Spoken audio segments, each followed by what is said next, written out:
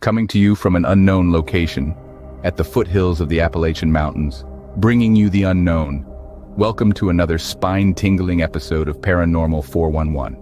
Your hosts are David Reagan and Jason Scott, and together, they dive headfirst into the mysteries that lurk just beyond our understanding, featuring notable experts ready to share their insights into the world of the strange and unknown. So pull up a chair, pour a cup of something warm, and prepare to be enthralled. Here at Paranormal 411, we're not just a radio show, we're a community of truth seekers, adventurers of the mind, exploring the boundaries of the known and unknown. We invite you to join us, to share your thoughts, your experiences, your questions. Whether you've had your own encounter with the supernatural or you're simply intrigued by the inexplicable, we want to hear from you. So, don't be shy. Drop a comment and let's unravel the mysteries of the universe together. Buckle up as we journey beyond the veil of the ordinary, into the heart of the extraordinary. This is Paranormal 411, where the inexplicable meets reality and imagination takes flight. Stay tuned and remember, in the world of the paranormal, nothing is as it seems. Hello, everybody. Woo, it's Saturday night. Saturday. Oh, yeah. People are going to turn it off just because I'm starting to sing. We had a great day today. Me and David took our book up to the Knox County Library. Yeah. They're going to be putting our book out on the shelf. Hello, Kelly. Hello, Kelly. Yeah, it's going to be kind of cool to have our book in the library. Yes, and we're setting up a presentation to do maybe in January. Yep. December, January. Yep. So be looking for that. Yeah. Be fun. Can't wait. Yeah. Love it. Got a good Thomas. Good show tonight coming on too. We're going to have Thrullas Draconis Hannas with us for our second time. Yeah, last time we had him on, we had a good time. Great show. It was a good show. Yes, it was. I had fun. Remember, if you want to find us, you can do that at paranormal411.org, Paranormal 411 on Facebook, YouTube, and X. You can tune in live every Tuesday and Thursday from 7 to 8 p.m. Eastern Time. Also, like tonight, Saturdays from 8 to 10 p.m. Eastern Time. Now, also on Saturday nights at 10 p.m. to 11, if you're in the metro Atlanta area, you can catch us on WDJY FM. That is 99.1 FM. And for listeners outside of the Atlanta area, if you still want to listen to that, you can. It's at WDJYFM.com, or you go to paranormal411.org and click the link. Now, we're also on Subspace Radio and all major podcast platforms. Remember, oh man, don't miss the new book, Tennessee Hauntings and Lore, Edition 2. I say new, but I guess it's been out for it's not new anymore. Couple months, right? No, yeah, something like that. 3 months. Yeah, well, more than two, right? More than one is a couple. Yes. East Tennessee Hauntings and Lore Edition 2. Now that is available on Amazon, or you go to paranormal411.org and click the link and buy the book, East Tennessee Hauntings and Lore Edition 2. Get the book. Leave a review. Please leave a review. Join us. Oh, it's my turn now, right? Yes. So we got a thrilling couple of months here coming up on Halloween. Want to tell you about it. September 21st. You might as well scream your way through Scream Fest. Down at the Scream Chamber in Athens, Tennessee. We're going to be there set up. Yeah, come join us. Come join us all day long. You can go in the haunted mansion and everything. Yeah, it's pretty fun. That's September 21st. That's next weekend, or this coming weekend. Time's getting close. October 12th, we got Double the Trouble. First, we're going to be recording an episode that morning with the Confessionals podcast host, Tony Merkel. Yeah, that's going to be fun. Yeah. Then we're going to head on over to Dead Man's Farm for the Dead Man's Market, which starts at 6 p.m. We'll be there till they close. That's right. Like Randy said last week, we're going to sell body parts. Yeah. And the book. Yes. Then October 19th, don't miss the Upper Cumberland Bigfoot Festival in Crossville. We're going to be there. Really looking forward to that too. Oh, yeah. It's going to be fun. Also, today we added to the calendar, October 26th, we're going to be at Misfits and Mayhem starting at 2 p.m. in historic downtown Loudon. Yeah. Last year we walked that one. Yes, we did. And it was really fun. I think they're going to try to set us up in front of the old funeral home. They are. That's what she told me yesterday. Good. Yeah. So mark your calendars and get ready. Come on, join us. See us. We're going to have a good time. Join us. Join us. Join us. Yes. And like I said earlier, we have tonight as a guest for his second appearance on Paranormal 411, Thrullas Draconis Hannas. He's a Wiccan High Priest and electric gray witch with a profound connection to the spiritual realm. At the tender age of 16, you okay? Mm-hmm. Yeah, I think so. At the tender age of 16, he embraced the path of witchcraft and a journey that has been both transformative and enlightening. So we're going to bring Thrullus on. There he is. There he is. What's up? Thank you. How you doing? How are you? Oh, man. Good. We are awesome. Thank you for having me back. Hey, you had a great show last time. We're going to have an even better one this time. That's right. Yeah. Just a little nervous. I get nervous before I even go live all the time. we understand, you know, like we were saying a little bit ago, we just dropped our book off, and it's going to be at the public library there in Knoxville, Tennessee. And they're wanting us to come up for us to do a speech. And that's something that has got me already sweating. And we haven't even got a date for it yet. So it'll be our first public announcement. Yep. Yeah, that's wonderful. Yeah, that's awesome. Congratulations, guys. Thank you. So for the new people or for anybody that don't know you, won't you go ahead and just tell us your story? Tell us who you are. Well, I am a man that basically, learned a lot in life, and I'm 54 years old. I started magic when I was 16. My father was pagan, my mother was Christian, but she was more of a, I hate to say it, but more of a bad Christian, so she was more like, you're going to burn in hell, you're going to do this, you're going to have so many things happen to you for doing whatever you do.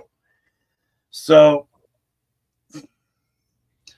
I went my way and started at 16 with it. What was my journey? What was I going to be? How was I going to be? What would I become? And in time, I was trained by some, I was practicing by myself, eclectically. So I would practice different styles and study everything from spell work to herbs to candle magic to just divination to demons to angels, whatever that I could get my hands on. And that's what happened. And I got into it and I went with it. And eventually I studied to become a Wiccan High Priest under an elder in South Carolina. And she went ahead and at one point gave me what she said would be a high priest, to where I could make Wiccan or teach Wiccan priests to become priests, men, women, etc., and train them like within the day and a year, and another year and a day. So the Wiccan ways, not all people follow the same. A lot of people, they kind of say, oh, witches are all evil. They're all green. They're all mean. They're all bad. And that's not true. I mean, come on. How many people do we have in the world that is wicked or can be wicked? We see this every day. And it is what it is. There's always people want to label people for something. And it's kind of in a bad way, whereas our, we don't really cherish it and the animals, and we're not like one family. We're not, you know what I mean? Yep. It's like between the wars going on and everything happening over in the Middle East, it's like, what do we do? And if the world don't start to basically come together and start working together and being united, using our great minds that we have in this world for better things, like maybe the 20, whatever it is, the asteroid, chaos, god of chaos, that will hit us. If something hits it, it will knock it into our course and it will destroy this world. They already said they can't stop it yet. Military, governments, whatever. So I don't even know how to explain, but everybody's got to think about this. Do we want to have, let's just say an asteroid hits it, knocks the trajectory over a little bit, and that's all it needs. This thing is so huge. It's like the one that hit when the dinosaurs were wiped out. Right. So that's why they call it the god of chaos. Right. Now, me personally, which some people may not believe in extraterrestrials or people from other planets or other dimensions, or I do, because it's probably, we're gonna hope. Let's put it this way: as our world, we have good and we have ugly, bad, right? Inside ugly. So when these people come, or beings come, or to help, what are they going to see? Yeah. Low vibration. Yeah. That's what you're going to see. It's going to be hate. Yep. And so many bad things. And honestly, sometimes I would think, why would they even want to come here if they wanted to? Yeah. Why would you guys, or let's say it's aliens and they come here. I've seen them. I've seen ships and stuff like, and what are you going to do? Are you guys going to be like, oh, you guys are aliens. You're on our planet, so we want to kill you, right? Or, well, that's what our governments do, for sure. Yeah. Yeah, it's a power trip, and we don't need that. We don't need that. I really hope that the planet, and at least some of the country's leaders, and I'm not talking about politics really, I just hope that they are prepared to, if somebody does come, how are they going to react? Right. Well, I think that a lot of the governments do have a plan. They just don't let us know about it. Right. I think secretively they do have a plan, because they know they're coming in and out of the atmosphere. I mean, we've recorded it, and those are just the things we can see or have been alluded to being able to see. As far back as I think time, these beings have been coming here for whatever reason, to help shape us or whatever it is, whatever belief system someone might have. They've definitely been coming here. There's a lot of proof of that, I think, in different ways, because in different writings you have, you know, these almost you could say as a proof to something was here before us. And if you take, you know, a lot of the Native American and other peoples of the world, you know, they believe that the Earth's been destroyed 3 times before. We're on our 4th time right now.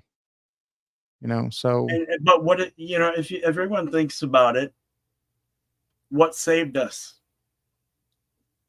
You know, well, you know, the Hopi say that the ant people saved them. They took them underground for a time, you know, and right. saved them and stuff like that. So, yeah. So, and would you guys consider? And I'm just kind of questioning. I know. I mean, you guys. I know you explore different things.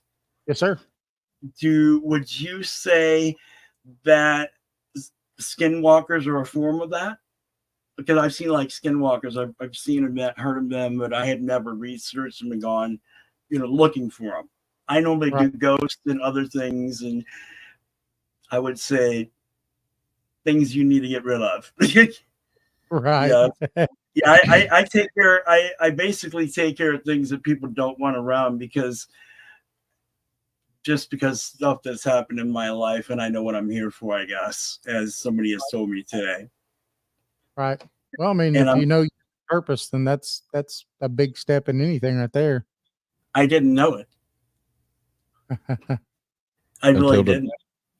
No, it came to me, and it's come to me over the last few years. Okay. And because of, you know, the medications and stuff that I was on for pain, for chronic 24/7 hour, you know, 24/7 days a week pain, my neck from it. You know, it's like having a broken arm, but imagine having 3. That's my neck. I got 3 of them. They can't fix them. They can't do a dang thing. And yeah, I had a lot of head traumas, you know, from the car accident and other things like that. Right. So, and obviously, you know, what I was on my live about last night. So, yeah, I think that the people that really know me and follow me, like Kelly and Luana. I hope she gets in here, and a few other there's Luana. Hey, Luana. Share it out, everybody. I shared it out to the page. I think I put it on my YouTube, or I'll put it on my YouTube also. And you know, but you learn over time, straight up. And it's like I try to tell people, if you have a stove on very hot, are you going to touch it and leave your hand there, or are you going to take it off? You're going to learn eventually. Yes. Some people learn and some don't. And some people just deal with other things, you know. And some people just move out of the house. To be honest with you, Kelly, she's in a very bad place.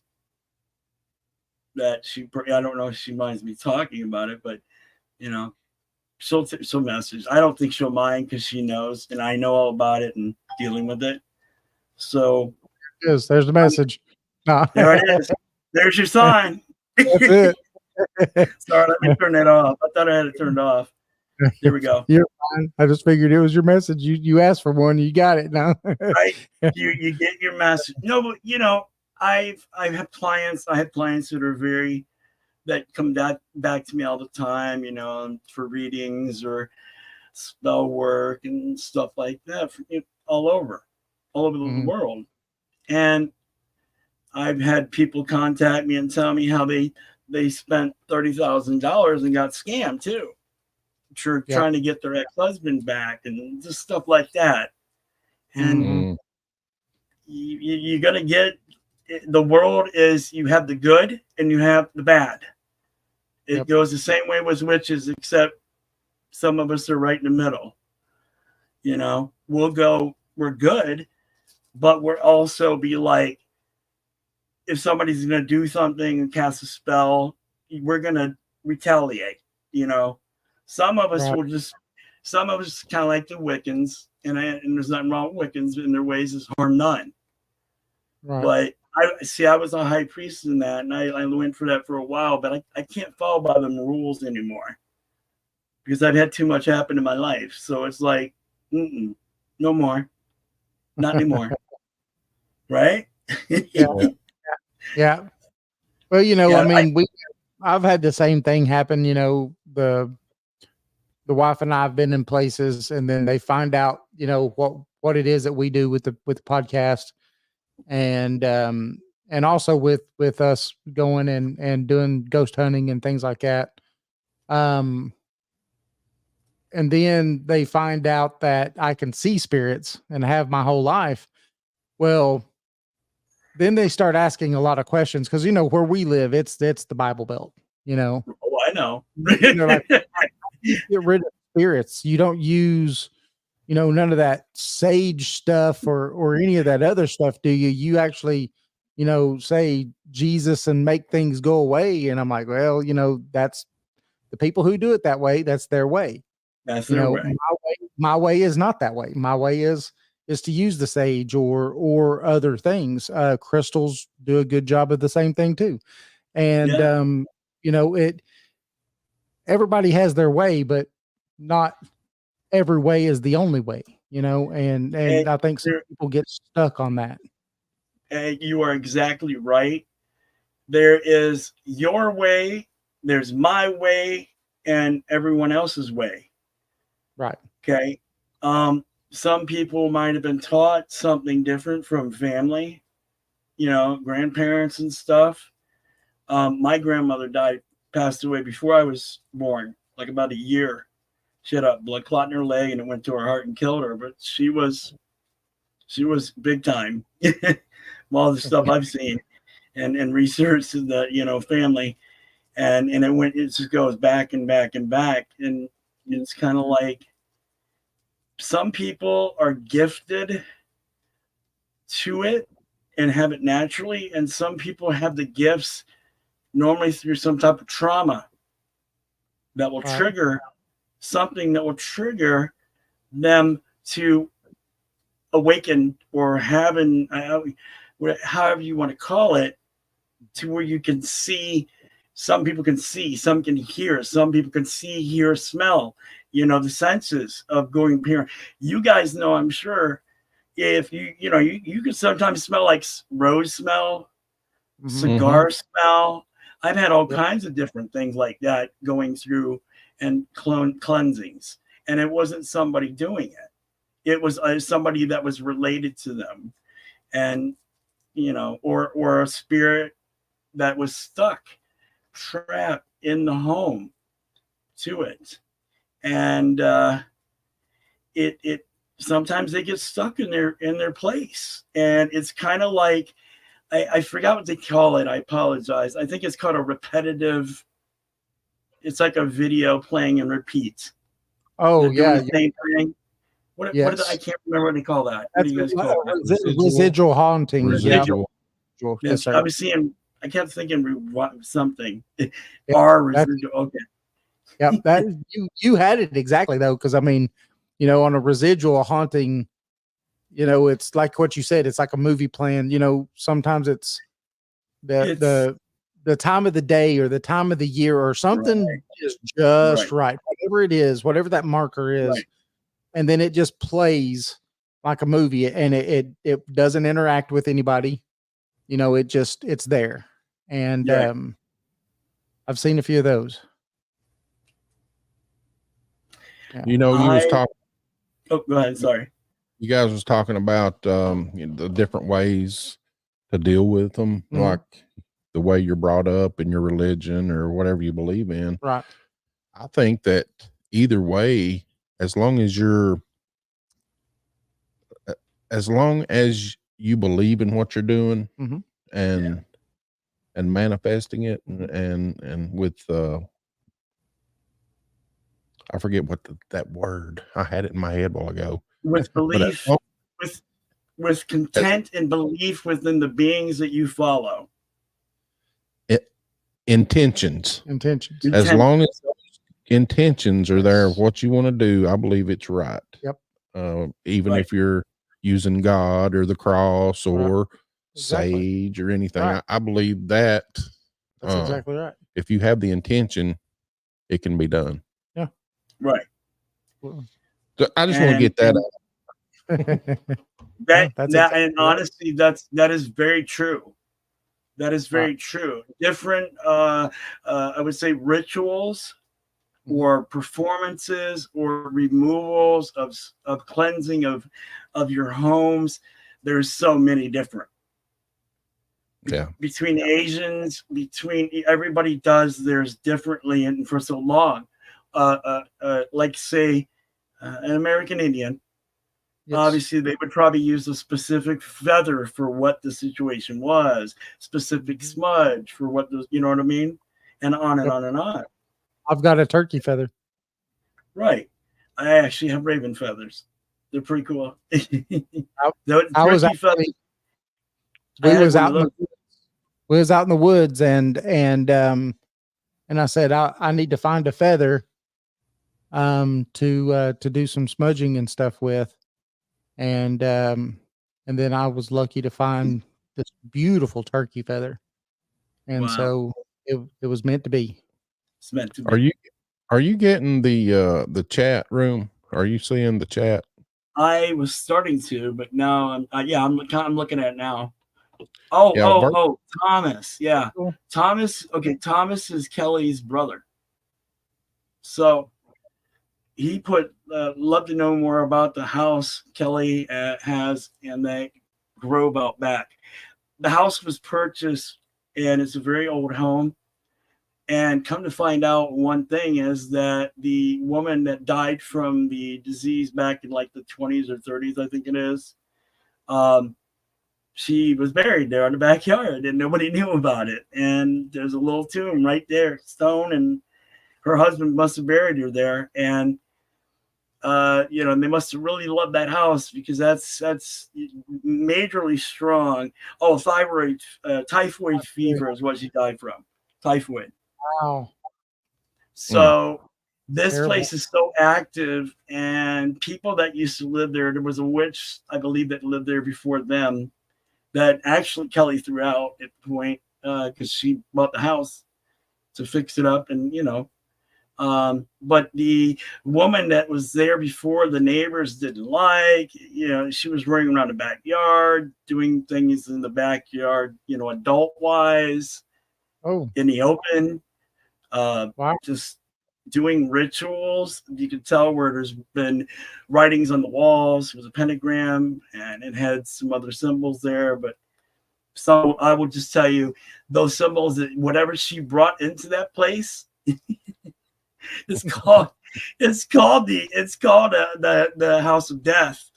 A woman that lived there killed her 4 children. Wow. Yeah. So it's been like a little bit of everything, and people look out for it. A family was murdered here as well. Yeah, the house is known as the murder house, Pennsylvania. One of them. That's crazy. And they're fixing it up. And I'm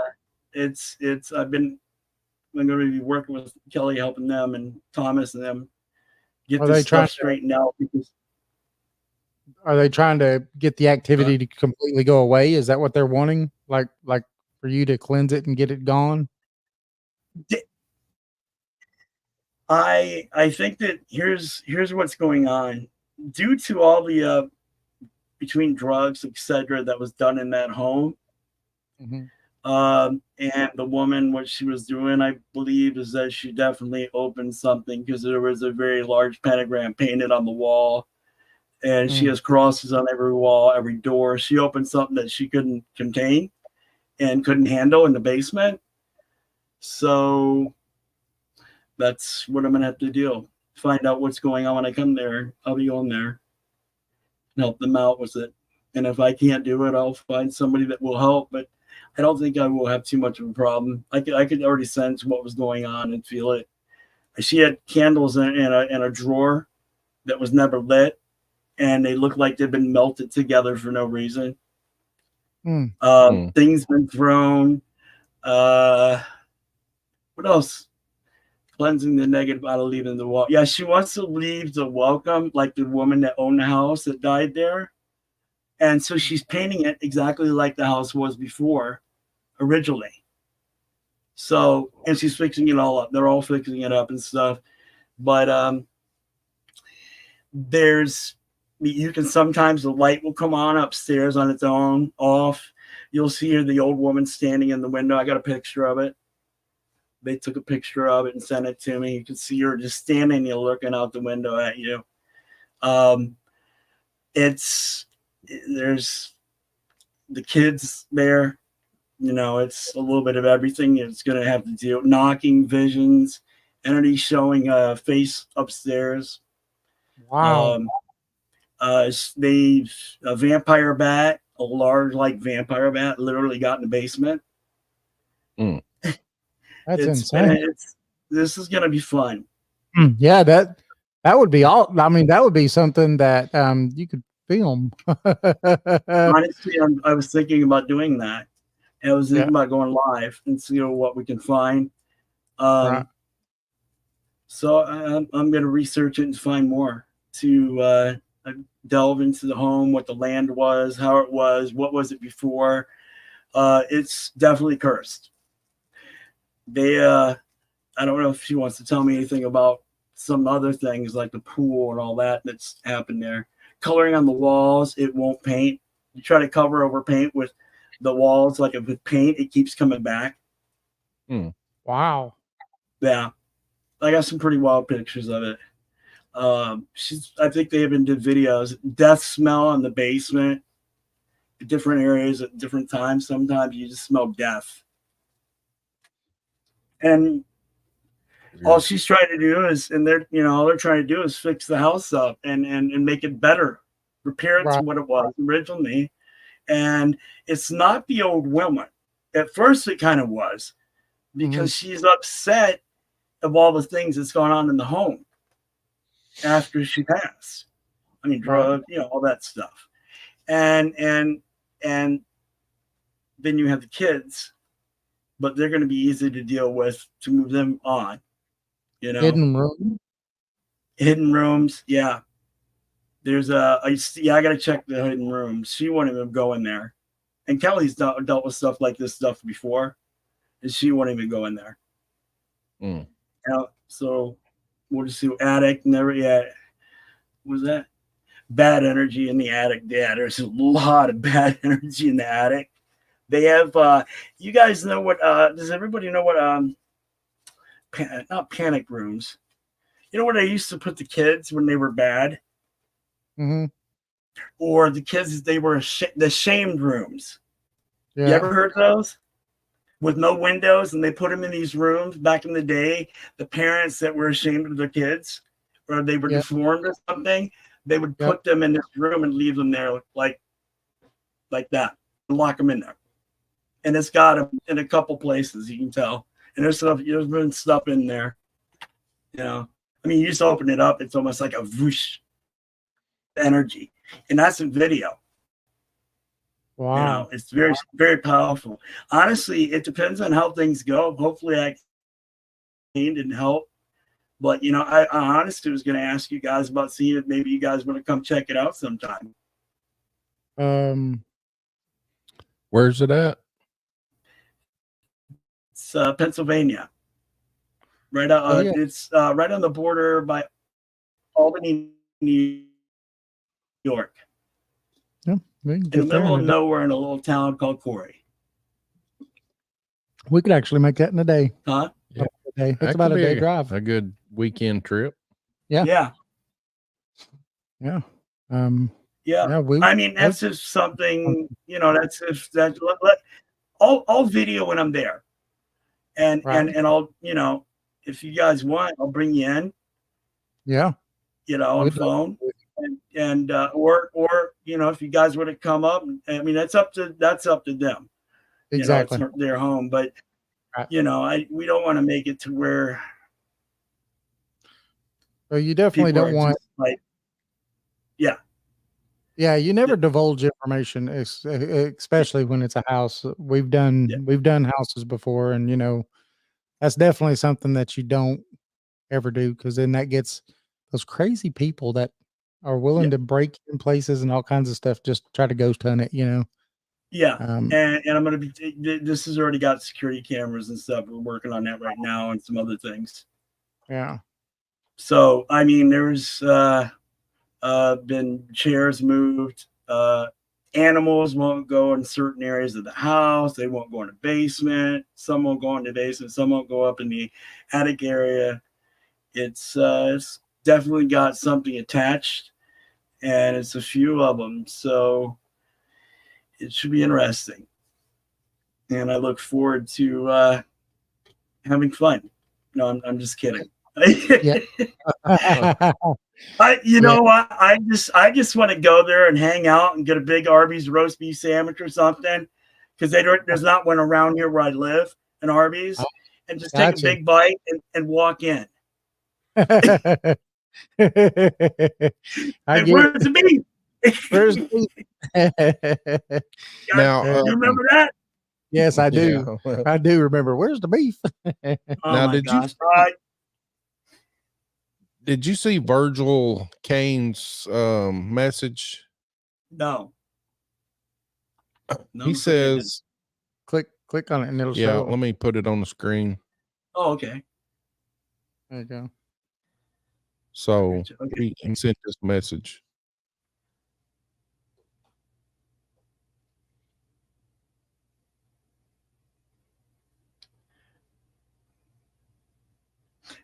Wow. Well, thank you for asking this, Virgil.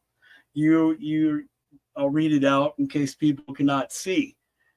Thank you very much for thank you very much. My ex-wife ran away with a Nigerian taxi driver. They have 12 kids now, but boy, that's a lot more than that. Still love her to do her. Do you think we'll get back together? I look forward to your kind words. Greetings from Manchester, England. Well, blessings to you.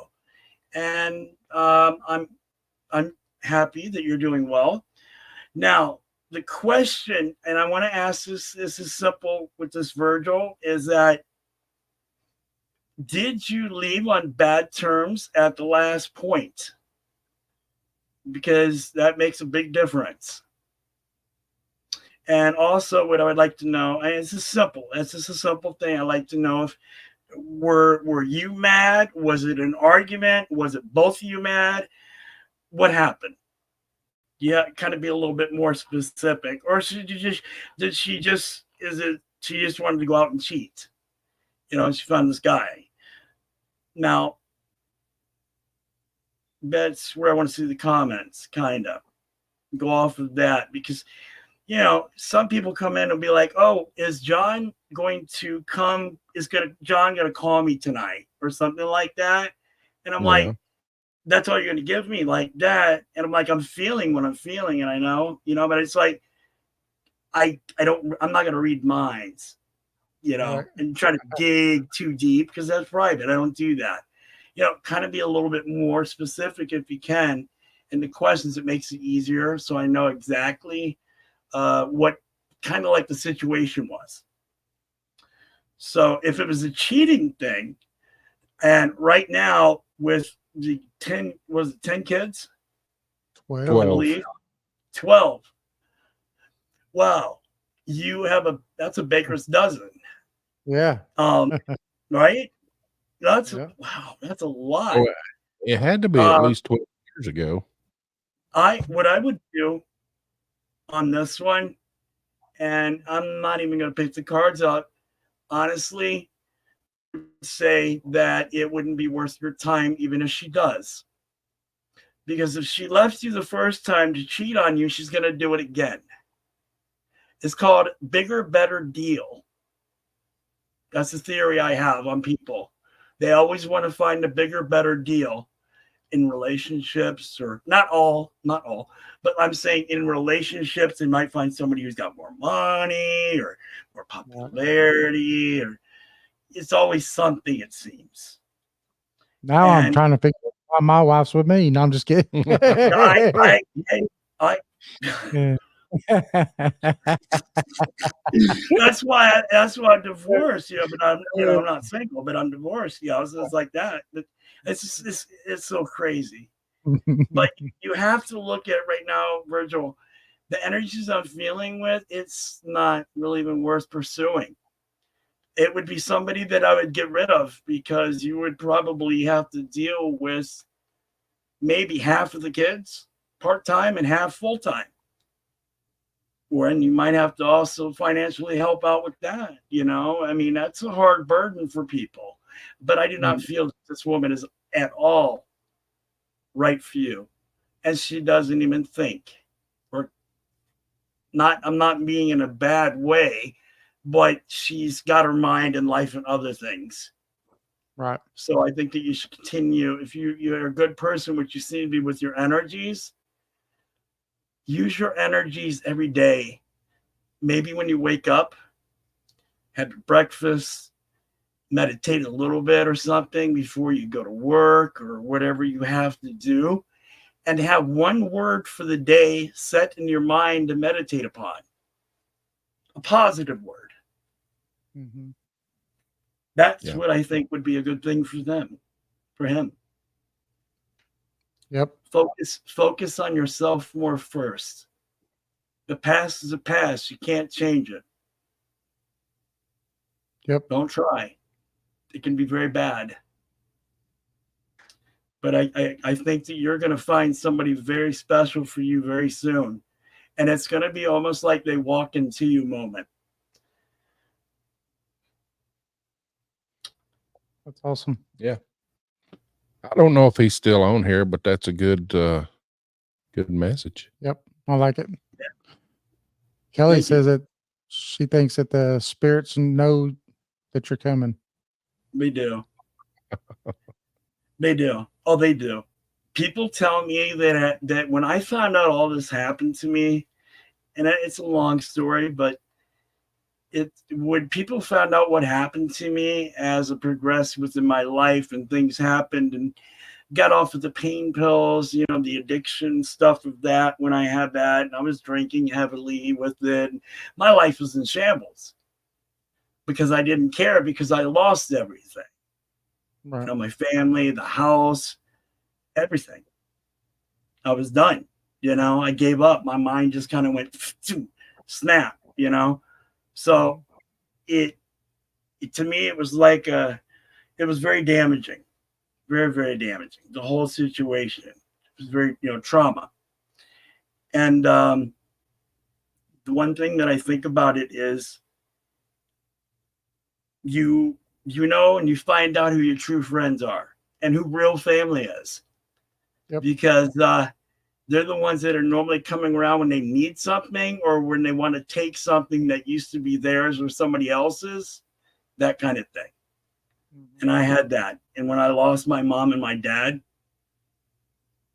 that was just too much in the house, So it was hard.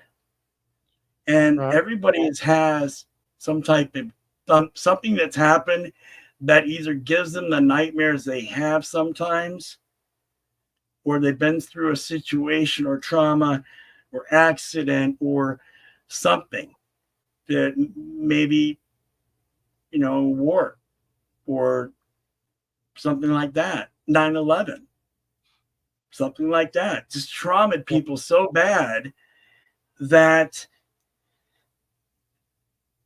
they just lost the happiness. Is what I feel. So you gotta have self-love. You have to love yourself first. Never reach out to love. I learned this mistake because I did it a lot. Never reach out to love until you have your self-love first, more than anything that you ever possess. Because if you don't have you, that relationship can become very toxic. Yeah, most of the time.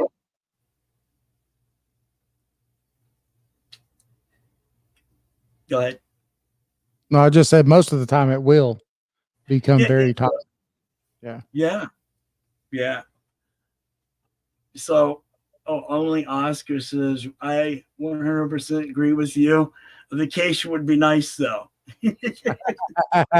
Hey, Yeah. You know what? The best thing to do is to get away from the darkness. And I can't say it on here like I normally do in my lives. So you have to bear with me because it almost came out. The BS. And if you know what that means, if you don't, I'm sorry, ask somebody. I think BS would be all right. Yeah, BS. Yeah. Yeah, but there's no Yeah, hardcore. I mean, my show's normally at over 18, so I can get away with it kind of thing. Gotcha. Except TikTok or certain things. Like first time I went live on there, and I didn't know. I didn't really know all their things. I heard and this and that. And I do things differently than on Facebook because Facebook, they allow me because I live in Massachusetts, and I do what I do. So I went off camera and smoke started coming and somebody got me banned. First freaking, It was like 10 minutes. I was like, man, that's not cool. Yeah. Last night you could tell if you wasn't 18, you didn't need to be in there. Yeah. That's what he said. He said it like 3 or 4 times. I mean, if you ain't 18, please leave. Yeah. I did say that, didn't I? Yeah. I can't talk. I can't say like what I said last night on this show, but I would. You know what I mean? I would redo that last night all over because I stand behind my name, my honor. And that's a big thing. And when people dishonor you and try to make you look bad or something like that, maybe old friends, maybe family members, I'm sure people other than me has had something like this happen. It's a freaking nightmare. Yeah. Right? When we started this show back in 2012, we were devil worshipers and Satan worshipers and all this. Yeah. They come after. I got this.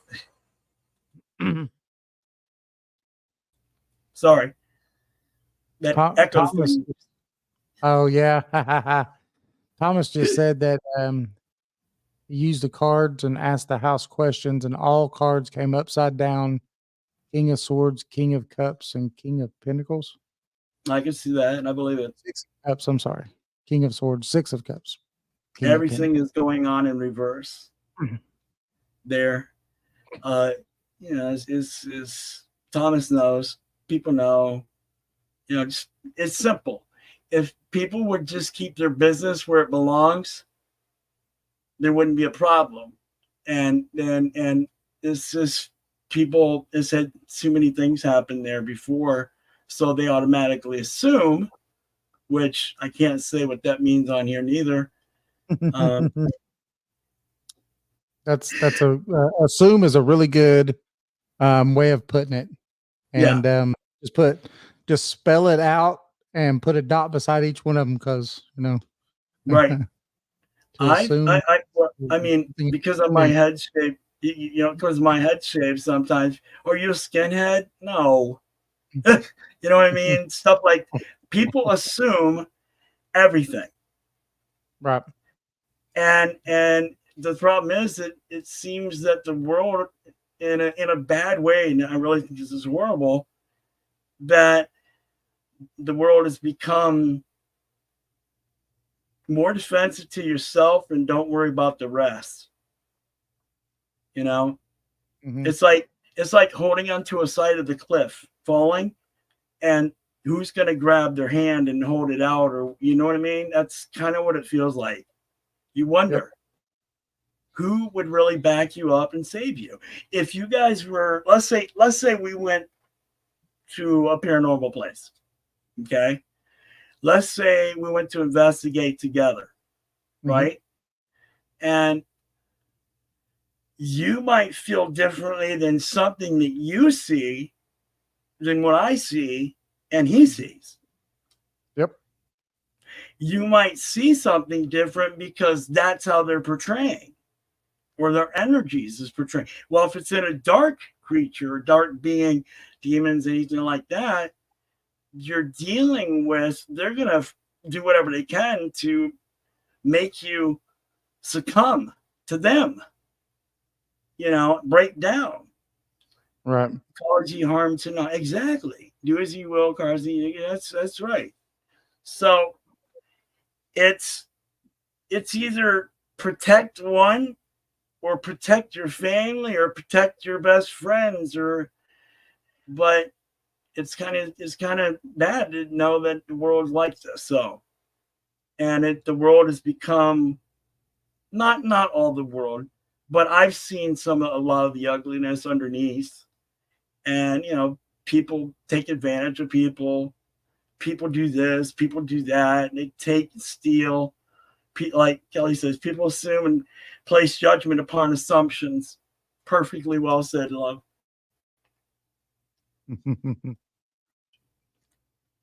Because she's dealing with it the most, Well, and when you're in the positions that her and her husband seem to be in, yeah, that's when a lot of people will place assumptions on you.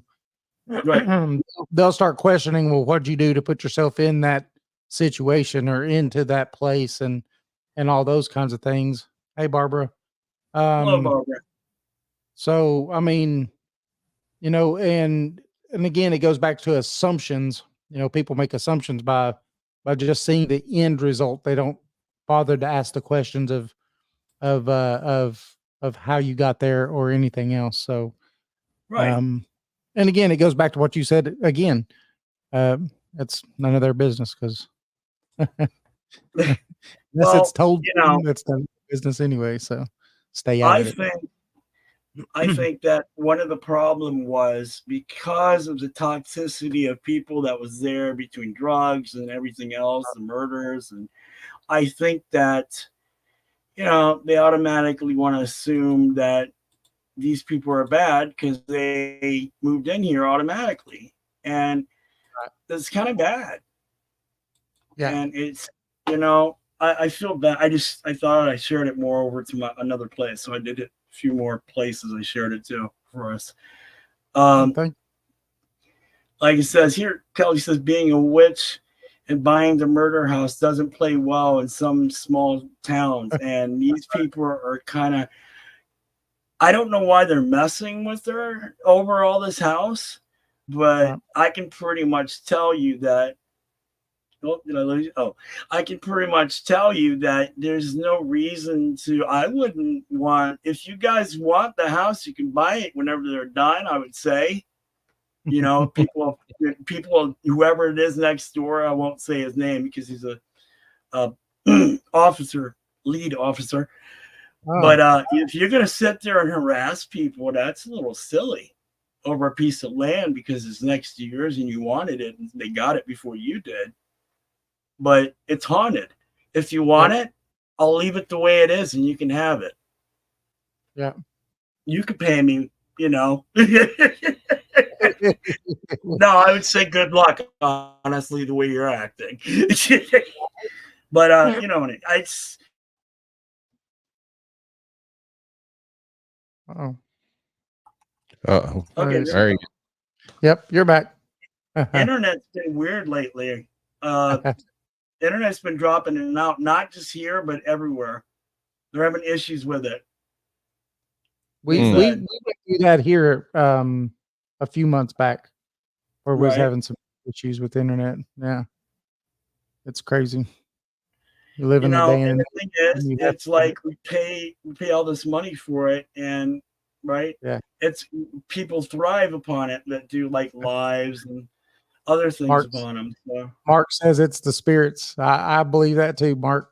Mark, I've had spirits like on my live, and people seen the auras go by behind me. And watch Luana. I know she's seen it.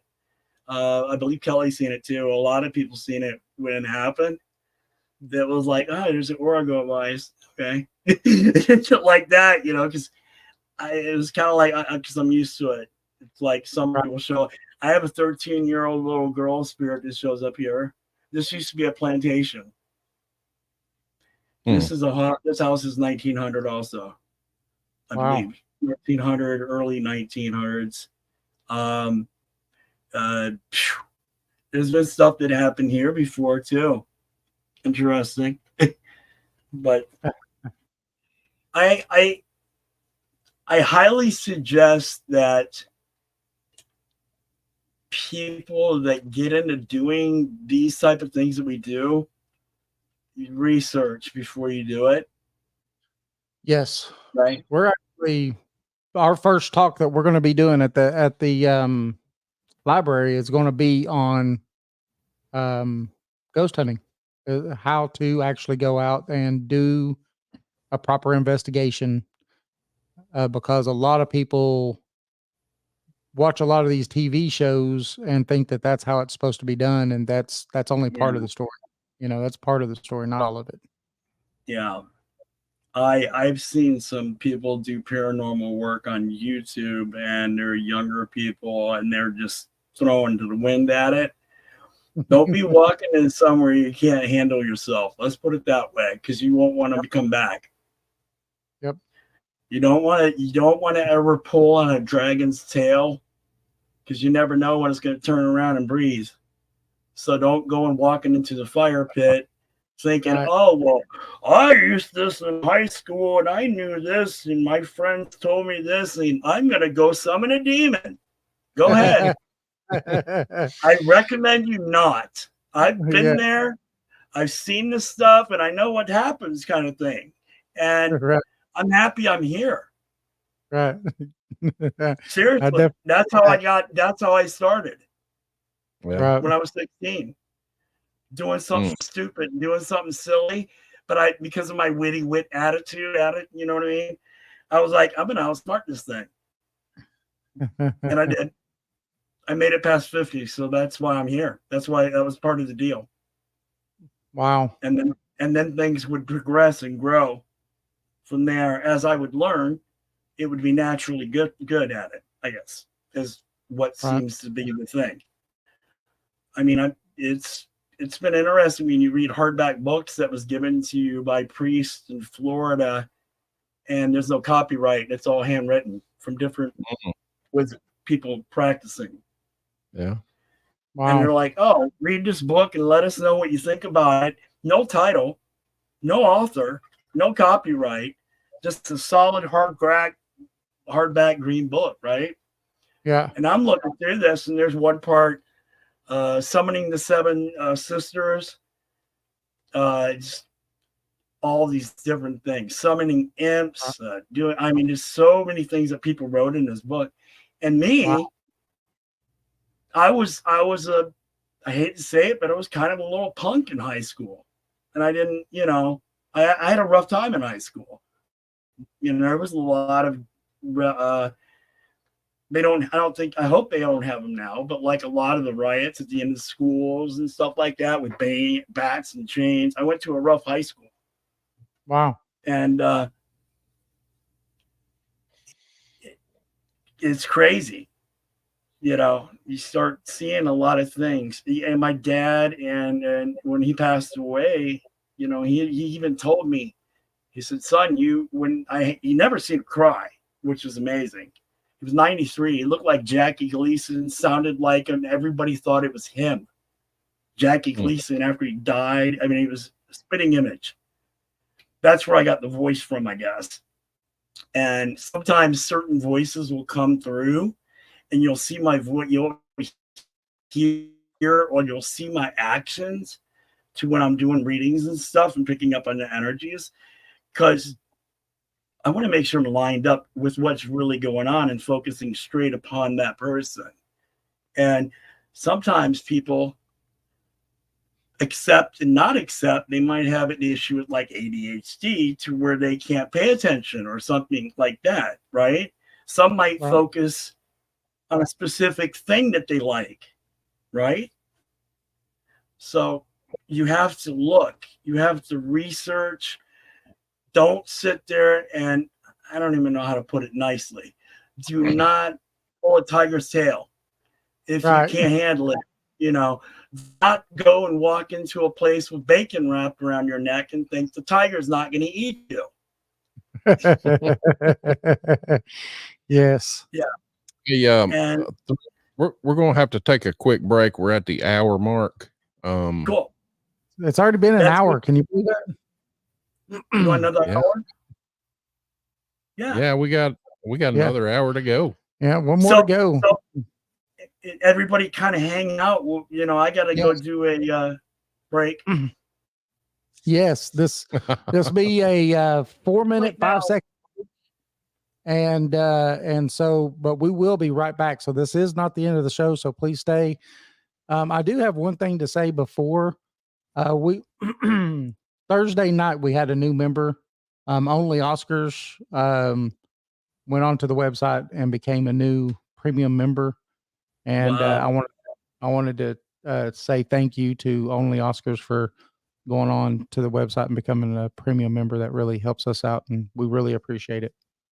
Yes. Yeah. Yes. That's, you know, you gotta back up your people a little bit. Yeah. You know, yeah, and we make them appreciate it. rise, make them spread them, share them out, everybody. Yeah. Yes, sir. Yes, definitely. Sure. Thank you. And we'll be back right after this quick break. In the heart of Madisonville, Tennessee, lies a pizzeria like no other. Step through the door of Legends and Lore Pizzeria and be transported to a realm where paranormal and cryptid encounters along with mouth-watering pizza go hand in hand. Meet Eddie and his crew, who serve up slices of the supernatural along with the best pies in town. With the walls adorned with eerie artifacts, indulge in piping hot slices that melt in your mouth and tease your taste buds. And it's not just the locals who love the incredible pizza. Legends and Lore has been selected as the best pizza joint in all of Monroe County. As lovers of everything pizza and the paranormal, the owners have mastered the art of crafting unforgettable combinations that will leave you wanting more. To stay connected with this mystical eatery, follow Legends and Lore Pizzeria on Facebook, where tales of their latest creations and upcoming specials will be shared. Make sure to browse their custom menu, featuring legendary pizzas like the Chupacabra Ranch and the Exorcist. So, whether you have an appetite for the supernatural or simply seek the best pizza in town, Legends and Lore is the place to be.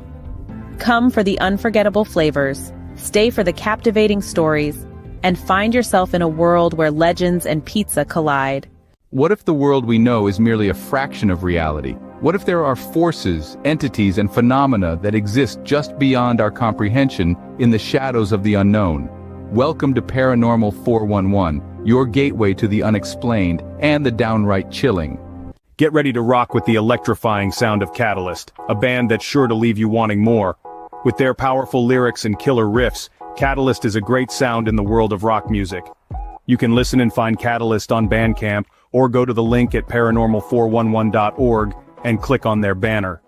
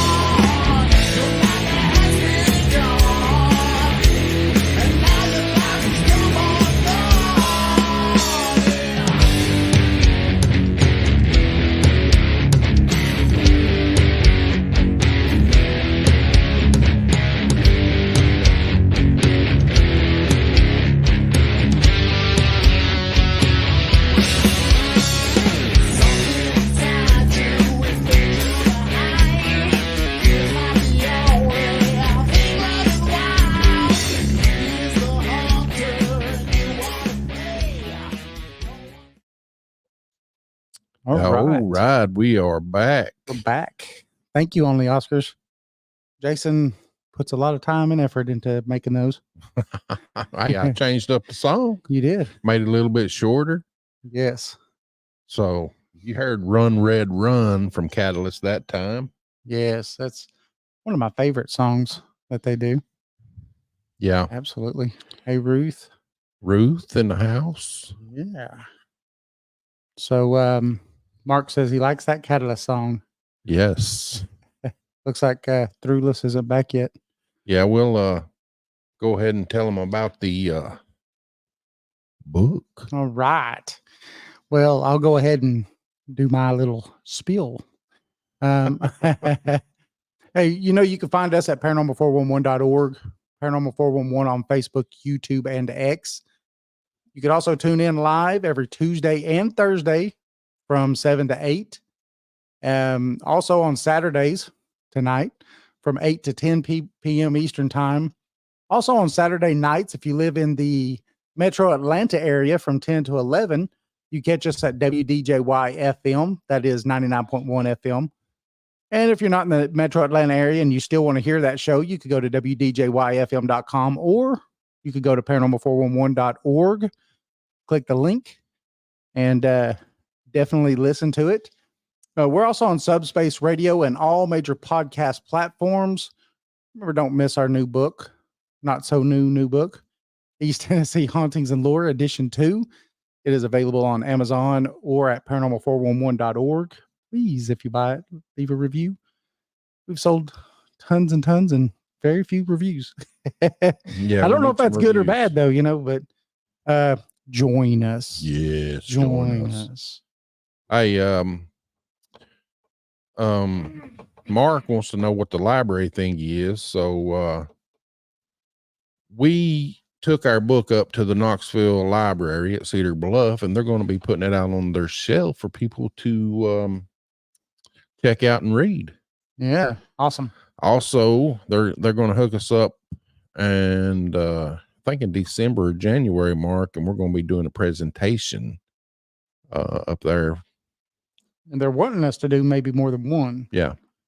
So we're going to do a Ask the Author sometime, but we're going to be doing first. We're going to be doing a little paranormal presentation, like Investigating 101 or something like that. We're going to put it together. Yep. So it'll be fun, and we'll let everybody know. So anybody that is close could come and listen to us. They're free. They don't cost anything to go to. So we encourage everyone that can, please do. Yes. Ruth says it's an awesome book. Thank you. We got Thrullus back. Let's bring him back in here. What's up, buddy? What's up? Hi. How you doing? It's magic. It's just magically appeared better. Magically delicious. Right? It's Lucky Charms. That's right. Yeah, I would like to check that out too. Yeah. Get a book from you guys. That'd be awesome. I'd get one. See what you guys have done and explored and some of the things. What would you say is probably, if you guys don't mind me asking? Oh yeah, go ahead. What is probably the most scariest thing or place you've been to? Oh, it's between two things for me. Of course, at first it was scary. Then, it wasn't. So David's old house is that's what got me into it in 2012. He invited me over and we kind of investigated a few things and found a few things and got a pretty good EVP. And I said, David, I'll be back. 2 weeks later. 2 weeks later, after I thought about everything, I said, I'll go back. But it was kind of spooky. I know that Dave's he's sensitive. He can pick up on the what would you say you have more of? Man, well, I'll say, this, as someone would say, was a gift.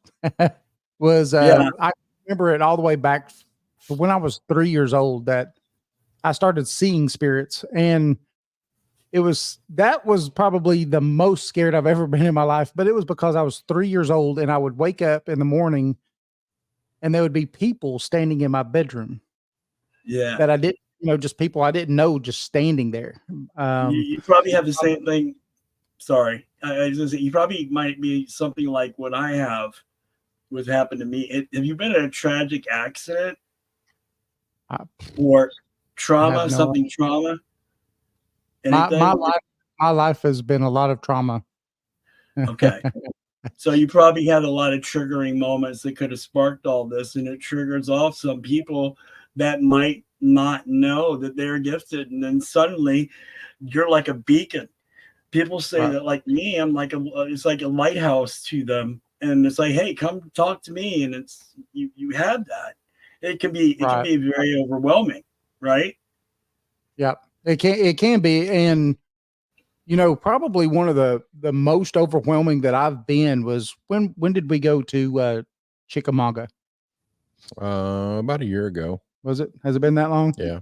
So we went to the Chickamauga battlefield here. It's at the border of Tennessee and Chattanooga. It was actually the second bloodiest battle in the Civil War.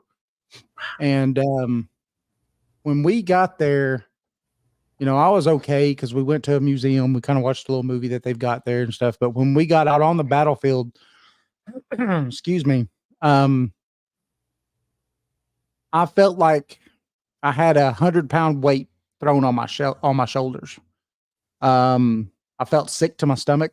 I almost felt like I needed to like I was going to throw up. That's what I felt like. And that didn't last. That lasted all the way till we left, didn't it, Jason? Yeah. I could feel a heaviness to the place. It was just heavy. And I actually saw one spirit while we were there. It was a Confederate soldier. He actually took his hat off. We was passing by him, and he took his hat off and was doing like this right here, like he was trying to wave at it, like trying to wave us to come to him or something. Yeah, or to start. Yeah, or rally up kind of motion or something, to get one together. Yep. I've never been. That would be interesting. You guys have been some pretty cool places in too. I even actually heard something down there. Yeah. I didn't quite feel it, but I heard it. I know what I heard. And my daughter heard it too. I was going to say, your daughter heard it with you, yeah. And she's only 10 years old, and she told me that she heard it too. And it was we was walking in a battlefield, and the sign read, so many men were killed here and 10 horses. And I heard a horse. I go. Like a man. It was weird. Yeah. Yeah, it was weird. And I think in my life when I was younger, I had what, David's got. I think we all have it. And my religion, when I was younger, it was forced, on me, and I just forgot about it and blocked it out and went to. I think, a lot of parents, and I was lucky because I grew up in a very religious home, but I was never criticized for what it was. Matter of fact, I was always told by mom and the preacher at our church, oh, this is a gift. This is a gift. This is a gift. Well, when you're 3, you don't think it's a gift. It's not a gift. Right. And it's everything but a gift because you don't know what to do with it at that time. You're 3, but I'll tell you, I think what happens is that I think everybody's born that way. But I think after a while, when you have people that say, no, that's not real, you're not really playing with this little boy or this little girl, or you're not that, or you're not hearing this, or these things don't live under your bed, or there's nothing in your closet. You didn't see Muggsy on the wall. That's right. You hear this, and then you slowly, that door gets closed. Yeah. And it closes that door. The mind, what happens is the mind of a human being. The children are more open to it because they believe in things more than we do. Older people. Because we're like, we don't believe in this. We don't believe that's this no more, blah, blah. So you basically close their minds off. Yep. to, and then if they ever do see it, then they, that's pretty much how it pretty much wakes them up, and they're like, wow, okay. And then they realize it, and all those people that they talked about or said something about, then they have the real situation happen to them. Yep. And Yeah.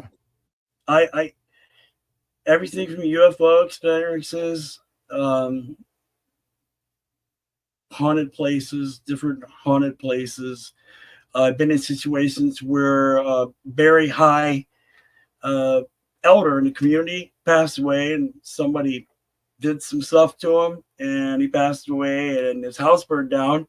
And while his house burned down, you could hear like voices and see the picture and see the eyes of like evil faces all in the picture. Wow. It was crazy. There was like, we had witches down the road that was doing down the road at the crossing casting, doing that. I'm like, what did we get in the middle of, right? Yep. And is some things you never know. Right. You never know. Some people, they just fear sometimes. Yeah, it causes people to block their gifts. Exactly, Barbara. It's true. People become immune to it because they don't want to face the reality of what's really around them, because they don't like the reality of what is around them. They're too focused upon them centering themselves and taking care of their lives and jobs, and how are you going to pay the bills? How am I going to worry about Sally who went out and cheated on me? Will Keith or whatever come back to me? And the guy's already out with like 5 other women, and they're asking that question. And you guys, like maybe got in a big argument, and the woman might have gotten into a big argument with the man, and there's so many factions into things. I could read it straight out when somebody sits there and says, well, John, come back. Well, you can just go for it. You feel it. It's your intuitions. It's your ancestors. It's your spirit guides. It's your whoever's with you that hangs out like witches, Liza, and family. Right. So I honestly, I dealt with Eliza Huger as a witch to deal with, because I dropped some widow mite coins down in her tomb, and a lot of evil witches were using her tomb to cast and draw her energy. So I rested her peace. Yeah, because her brother sure didn't. He shot her in the back. Wow. And he was a preacher of the church, the old stone church, baby. Yeah, South Carolina, Anderson. But it's, it's very Roosters. See, some people grew up in haunted houses. My first experience was when I was very young. I think I was maybe about your age, about 3. My grandfather passed away, and that night I walked into his room, and I didn't like my grandfather because he was an evil man, very evil man. And we lived on Cherokee burial ground because we have Cherokee in us. Our family he had a burial ground all on his land in this area in Kentucky. And I never went to the burial ground until later on in my life, as I got older, because I was always like, because my mom was like, don't go back there, you're going to scare you. And, she was like doing that. And my dad would joke around about it. My dad liked to joke around. He was a sarcastic, joke around guy, one-liner type of person. Yeah. And that night when I saw my grandfather there sitting in the bed talking to me, wow. I still kind of remember everything with it. I remember the feeling, and that was my first time. But my biggest thing was after the car accident, I think that triggered a lot more. So, because I had the deadly car wreck, and I died twice in it. It was down in Florida. Wow. I was going back in I just got married to my first wife a week. It was my first wife. She was Puerto Rico. And, I was like, it was my first marriage, love. And I'm like, yeah, this is great. And a week later, I got in a car accident because a person decided to run a stop sign, and I was going 55, and she decided to, with her brand new Lincoln, back then they had steel Lincolns, and my car hit it like a pretzel, was thrown at a brick wall. So it pushed the whole front of the car towards me and pushed the motor down from hitting the firewall that blocks the back, the heat from the motor to the inside of the car. So it shoved it down into the ground. The transmission was dug into the ground, the black fault. That's what I remember hitting the window because it all pushed towards me. They didn't have airbags back then. And I went through it, but I also snapped my neck to the side and hit kind of like this up in the corner of the driver's window, in that corner. And I remember all of it like yesterday. It ripped my ear completely in half from the hole out, completely in half. I could do that with my ear. It was bleeding. I was bleeding out so fast, so quickly. They didn't know what to do. They couldn't, man. And they had literally, during the car accident, when people say, "Oh, does your life flash before your eyes?" Yes, I'll answer that question. It does. Me, I get like a slideshow, and it slid across my eyes so fast. It was like, wham! It was so quick, and it all happened. So the woman called me a few months later, and I didn't know who she was. It was an older woman called me. She was from Texas, I think. She just got the Lincoln. They were brand new steel Lincolns. I know that. And I had a little Plymouth Chaparro, a little 4-door, kind of like a Toyota Corolla back then, in the about 90, around there. And I hit her car, and it crushed my car so bad that they had to cut me out of the car. I was bleeding. When I got in the ambulance, I remember waking up for a second in the ambulance, because at first I didn't feel the blood going down my neck because it already done damage. It made my neck numb because I crushed my 3 vertebrae, the 3rd, 5th, and 6th, to a point to where right now there is that I should already be considered a quadriplegic paralyzed. The top neck surgeon was like, I can't even believe you walked in here. I don't even know how you're moving.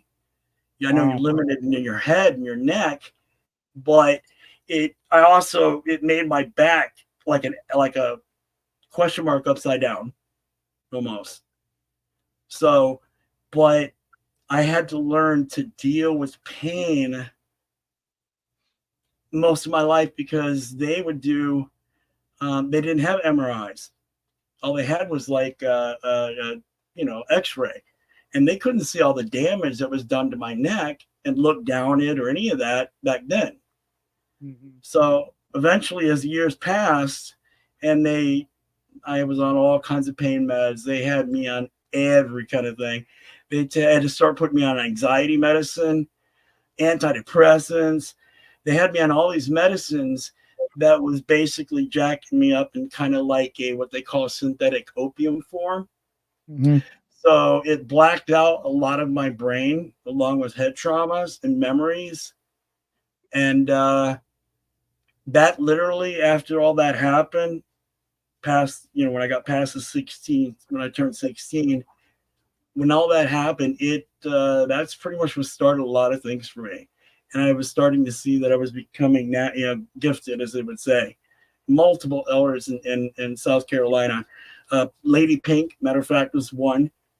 And a few others helping, when I got became a high priest training. So, wow. We like to, a Gemini likes to overcome things and conquer. A Gemini is like a leader, a teacher, something like that. But then again, you have the Geminis that are like Jeffrey Dahmer, and stuff like, they're the opposite. With the Gemini, if people would only understand that the stars really react to what people and how they act if you really pay attention to their effects. Mhm. Like a Gemini, if you come and meet him the first time or her and you're kind of mean to them, be careful when you come back because they're going to do 3 times worse. And they're like that. We're the ones that normally, just stating a point, we're the ones that normally are hanging out at parties, sitting on the couch watching everybody else look silly or whatever. And we remember everything when it comes down to things. We remember little things about people that maybe things they don't like. You know, we sometimes it may take a little bit for us, but a Gemini is like a natural sponge with memory and learning and thought, and they want to try to learn as much as we can, research. So take it easy on some of these Geminis. You know, not really. Some of them can be bad, but all zodiacs, you have good and bad. And people in the world that we live in, we have good and bad. So we have to remember that. You could always have a good Scorpio, but you could always get the bad Scorpio. I know. What do you say? What do you say about Leos? Leo's, hey man, you want to know something? Dave, Yeah. Here's what you do with him. Whenever you guys are out doing paranormal work, and before you do it, hold a mirror up in front of the Leo. Watch what he does. Uh-oh, Jason. What am I going to do? What's Jason going to do? Leos love to look at themselves a lot. They're always constantly looking at themselves all freaking day. You got normally I'm not saying the males, the female Leos, they're the ones who take forever to do their mane. Yeah.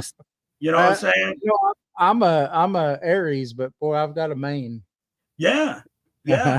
But I'm Like Aries. I said, my goatee was as long as your hair at one point. I had it way down here. And my doctor's like, "Oh, you look older that way." I said, so I lost my hair when I was 19. Would not grow back. I shaved it and it wouldn't grow back. You know what? I wouldn't shave my head except for this area right here in the front.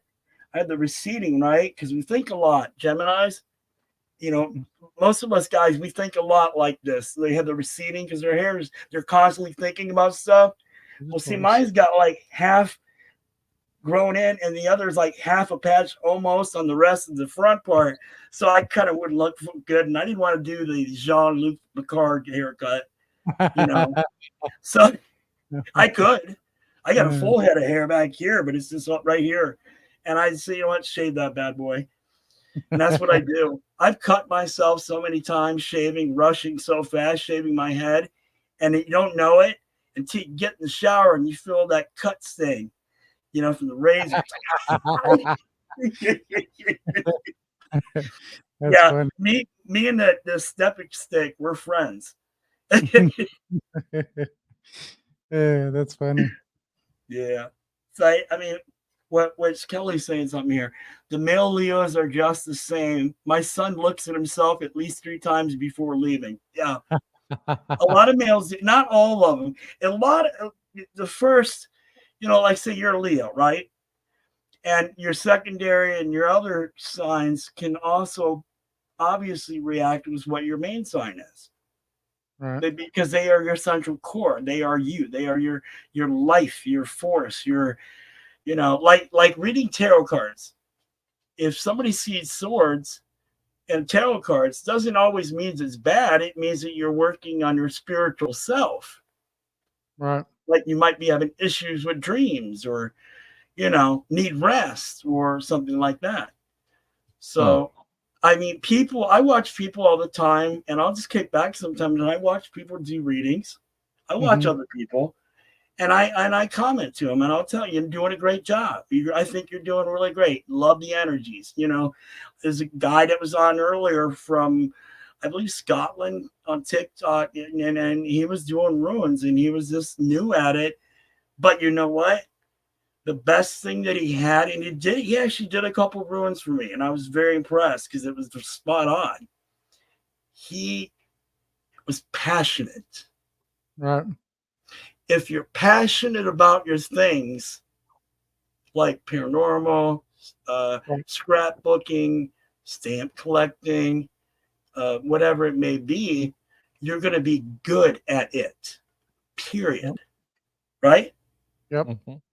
I mean, it's like the guys on the Antique Roadshow. They can look at a bike and tell you what year it is and how it was made. Right. I mean, seriously, right? Right? Yep. Yep. Can you imagine going picking in South Carolina with them guys? Yeah, that'd be crazy. We'd be stopping at a few restaurants, having some cheeseburgers and some of the gravy fries that they have down there with cheese all over it. Fried mushrooms. I even had a fried Oreo down there. I'm like, what? Mm-hmm. Fried pickles? Yeah. Here in the South, we fry everything. Oh, yeah, they do. Yeah, we do. We do. We fry Twinkies. We fry Oreos. You name it, we'll fry it.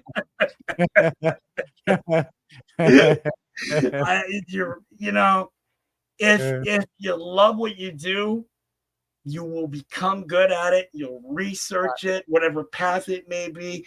You might be somebody that's Wicca. You might be somebody that's in a totally different spiritual form. Right.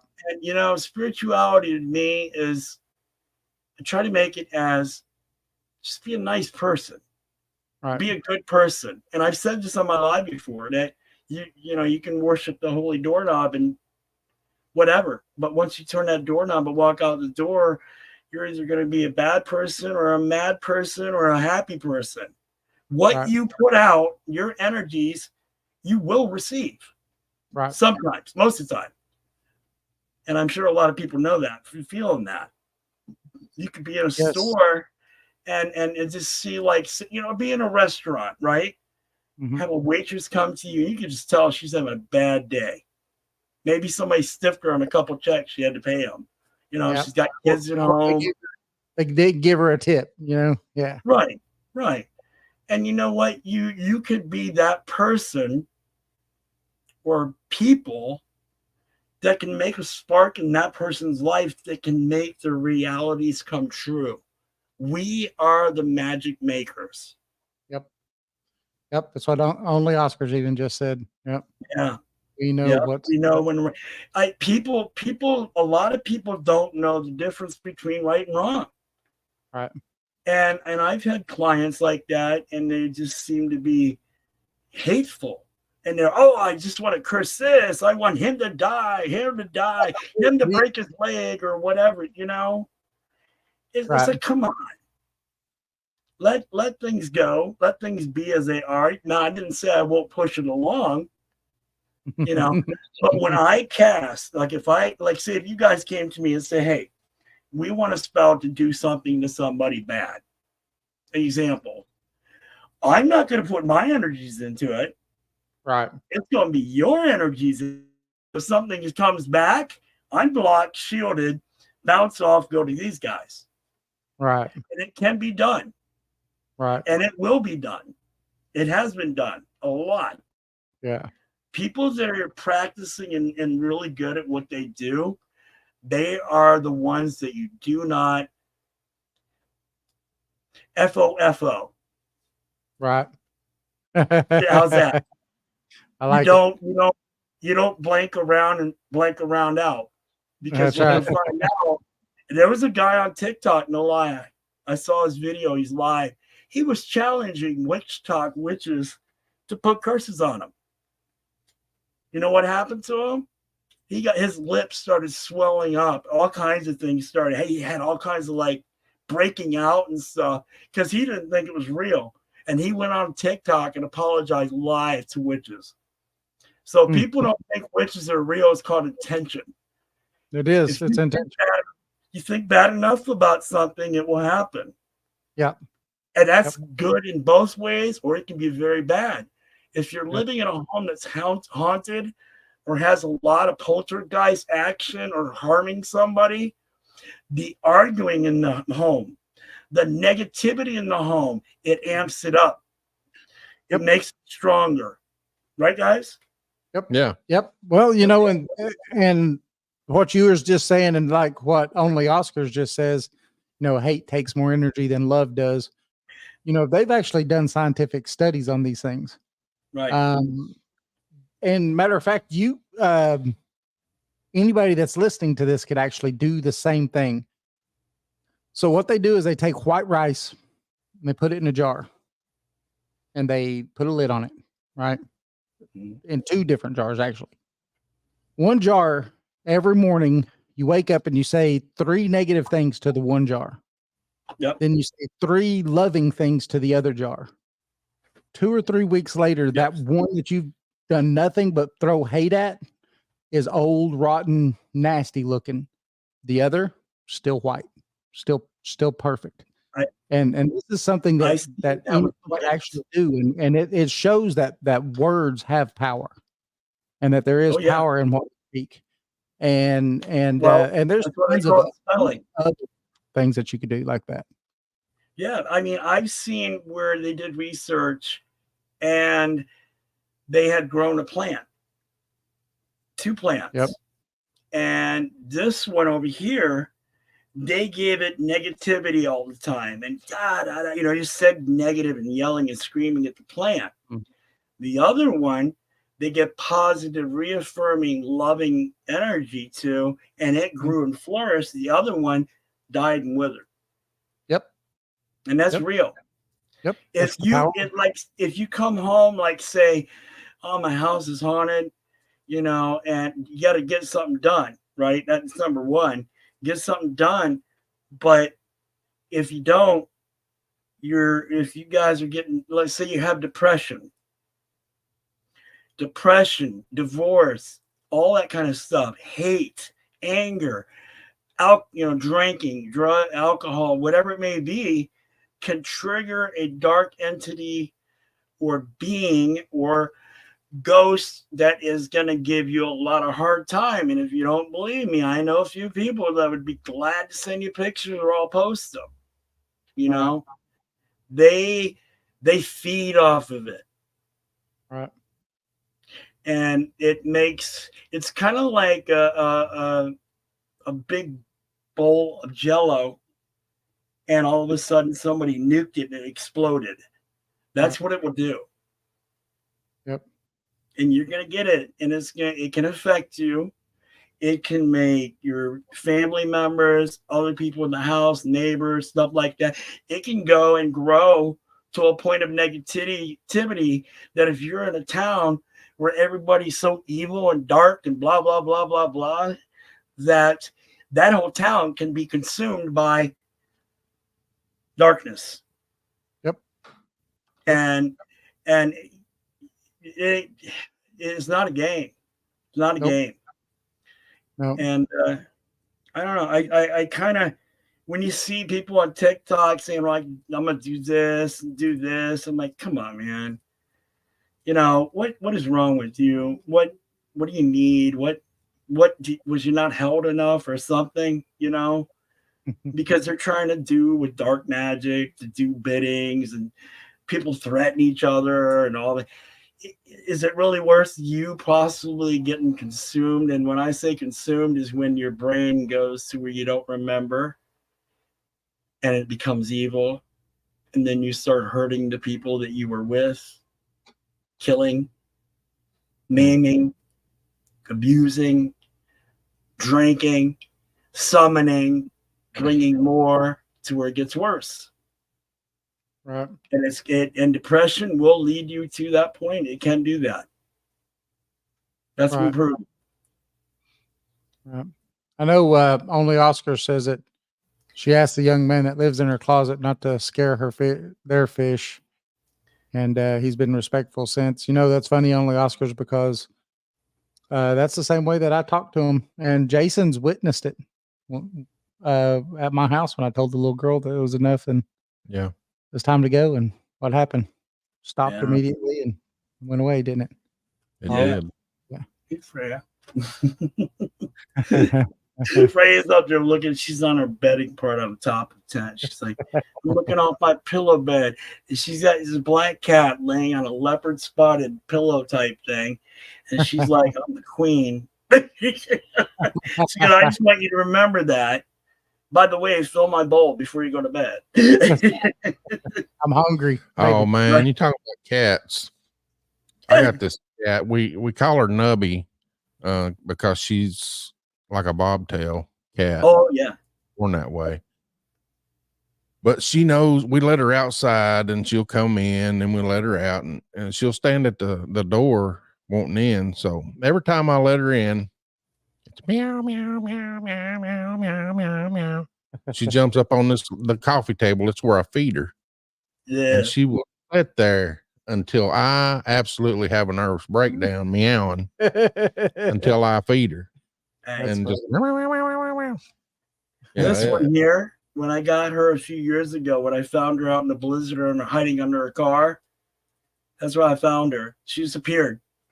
It was a blizzard we had up here, and there she was under a car meowing, little kitten. I got her, and I thought she was going to kill me with her nails at first, because she had just the collar on, but no tags or nothing, not chipped. And this thing, Freya won't leave me alone. She'll follow me everywhere. If I go to this room, go to the bathroom, go to the kitchen, it's a constant. She has to see what I'm doing. It's like they're protecting you and they want you to know that they're watching over if they see something that's not cool. Because if you up and scat like that, something's going on. If you see a cat do that for no reason. Right. Speaking of pets, do you ever get any spirits of pets? Yes. Do you? Oh, yes. I'm learning how to do cat and pet grooming, dog grooming. I'm helping my roommate do that. She's been doing it for a long time. And she's been teaching me. And the one good thing that she said is, which I was happy, I was impressed I could do this, was you can calm the animal down while on a table it's getting done sometimes, and just keep it normal it's okay. Just keep it present and calm, because some animals really freak out coming to get just their nails clipped. They'll go viral on you and just cut you all over the place just because you're going to cut their nails. I had a Maine Coon. We have a lot of Maine Coons here, big ones. Yeah. I'm talking ones that are, you see where I'm at now? Like this. Wow. I had one walk out of, we had one walk out of the cage the first time. And honestly, I thought it was a giant bobcat from Carolinas. It had the tufted ears. He was huge. His paws were almost the size of my hands. Yeah, those are big cats. They're vicious. They can be Maine Coons are one of the most vicious cats there is, actually. But they're also known as the gentle giants. Because once you get their energy and you get to know them, they're like a watchdog. Like really? They'll hiss at people and everything. Oh yeah, Freya, she won't let anybody else come by me. She'll nip them, or she'll give me a kiss, but she won't. Nah. I'll walk up to if I walked up to her right now, if she wasn't asleep, she'd probably give me a kiss on my forehead. That's what she'll come in alive sometimes, and show off because everybody knows Freya, that she's she gets all the love, all the attention, everybody loves her. She's I could have made shirts of her and probably sold them, or I don't know. I posted the first picture of her and it just went crazy. And then she's a black cat, that's all. She's feral. And I'm teaching her to be normal, not bite, and but she likes to do the 3 o'clock in the morning meeting and wake you up. Yeah, every night. And her other favorite thing is pulling socks out of the hamper and dragging them all over the kitchen in the house. Sometimes she'll grab my socks and throw them on her food. I found freaking socks in the cat litter, and she put See, she does this stuff. Hey, Mark asked a question. I think it's a question, but he says, "Have you been to the Temple of Nine Wells in Salem?" You know, no. I would like to. I'd like to check some of these places out. I'm probably about 4 hours from Boston, Salem area, and I'm not going to lie, that Salem has become like Disney World for witches. Yeah. You want to talk about prices jacked up and finding things? I 2 Gatorades, somebody taught $9. They're half size Gatorades for $9. Woo. Yeah. Crazy. And that's off season, they said. So try to go there in October, huh? It's Oh, going I to work. wouldn't. I can't. I wouldn't. No, I wouldn't. It's like I've been to downtown New York City on a Friday night and I thought I was going to lose it. Salem, I heard, is just as bad, but a lot more people in a compacted area. They have so many police around there. It's like spring break for witches. Well, not really. We would say fall break for witches. All of us are, all of us, gals and ladies and gents, we're all going out to get ready to take off to go to, I don't know, Samhain party or something, a Sabbath or something to do. Right. So it's like, it's really that busy. I saw a video and I said, I'm not going there. Yeah, it's funny. Not during that time. I was watching something about the the witch trials and stuff like that. Then they they talked about all that stuff, and then they showed what it is today, and they said that I don't know what it was. It was a very high number of shops there that sell everything from tarot cards to whatever. That there is tons of that in Salem. That's crazy. That'd be awesome. I'd like to go see it one time. I think I would. I've seen a lot of pictures. I've seen a video at Halloween where they had vendors in the middle of the courtyard. Plus, you have all the stores and all the museums and all that. But I'm going to be honest with you. That stuff ain't been updated for a while. Right. They talked about how Wicca and the pentagram being placed upon, tombs and stuff like that. They didn't even say who did it. We all know it was Selena Fox was one of them, and she's like one of the top witches, elders, in the United States. So she marched with a bunch of them to make it as a religion. That's why Wicca, and some people don't like it and some do, but Wicca is a religion. It is a faith-based just on like everybody else to try to become a better person, to help them accomplish life in a better form, maybe meet friends, maybe meet people you don't want to meet, and now you know not to be with them. That kind of people.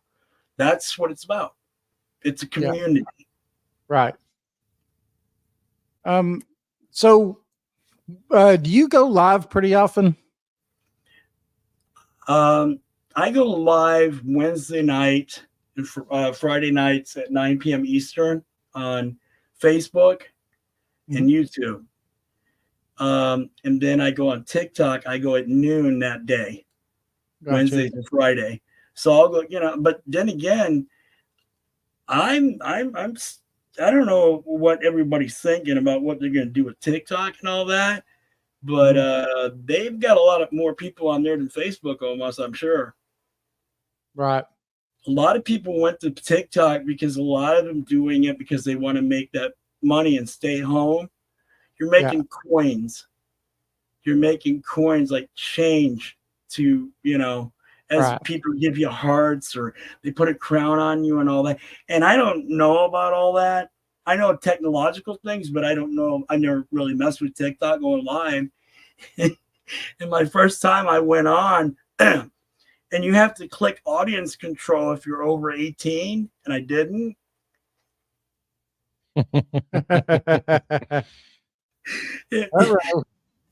I got banned quick. I got blocked quick. They sent me a warning a violation restriction. I said I was just on. I never did.